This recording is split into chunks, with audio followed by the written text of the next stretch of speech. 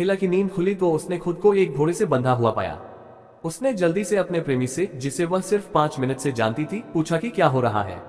उसने बताया कि वह उसकी रक्षा करने लगा है और फिर उसने एक कोड़ा लहराया।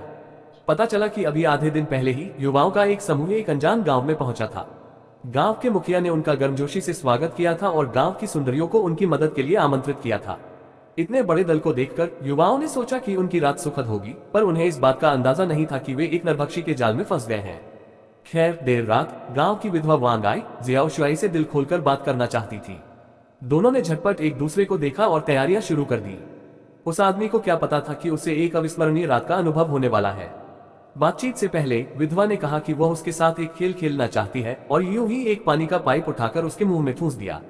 जैसे ही पाइप चालू हुआ, जिया शुआई को तुरंत एहसास हुआ कि कुछ गड़बड़ है, क्योंकि उसके पेट में जो डाला जा रहा था वह गाढ़ा अम्ल था। कुछ ही सेकंड में उसके शरीर से भारी मात्रा में सफेद धुआं निकलने लगा और उसके नीचे रखे बिस्तर में भी एक बड़ा छेद हो गया। जल्द ही अगला निशाना सामने आया, इस बार एक अच्छी कद काठी वाली लड़की। एक सुंदर ग्रामीण द्वारा मीठी मीठी बातें करने के बाद उसे जोशीले अस्पताल में ले जाया गया। जैसे ही वे आगे बढ़ने वाले थे, ग्रामीण ने उसकी आंखों पर पट्टी बांध दी और उसे शुरुआती दृश्य में ले गया। उस रात देर से गांव के मुखिया ने युवाओं को एक शानदार भोजन कराया और सभी ने मेज पर रखे स्वादिष्ट भुने हुए मांस की तारीफ की। उन्हें क्या पता था कि यह व्यंजन असल में उस लड़की का था। अगले दिन गांव में एक नृत्य पार्टी का आयोजन किया गया, जहां पर्यटकों और ग्रामीणों ने गीत गाए और नृत्य किया। कुइहुआ को एक बड़े से घंटे के पास ले जाया गया। अचानक पूरा गांव स्तब्ध रह गया।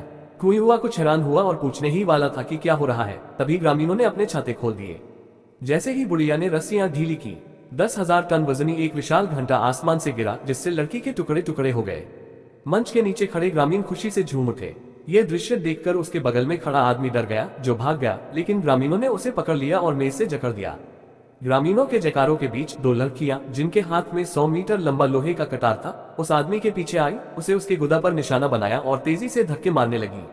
अगले ही पल एक बुजुर्ग महिला ने अपनी जीभ बाहर निकाली, उसे चखा और बोली, बुरा नहीं, बहुत अच्छा स्वाद है। समूह को आखिरकार एहसास हुआ कि कुछ गड़बड़ है, लेकिन बहुत देर हो चुकी थी। वे सभी ग्रामीणों का भोजन बनने वाले थे।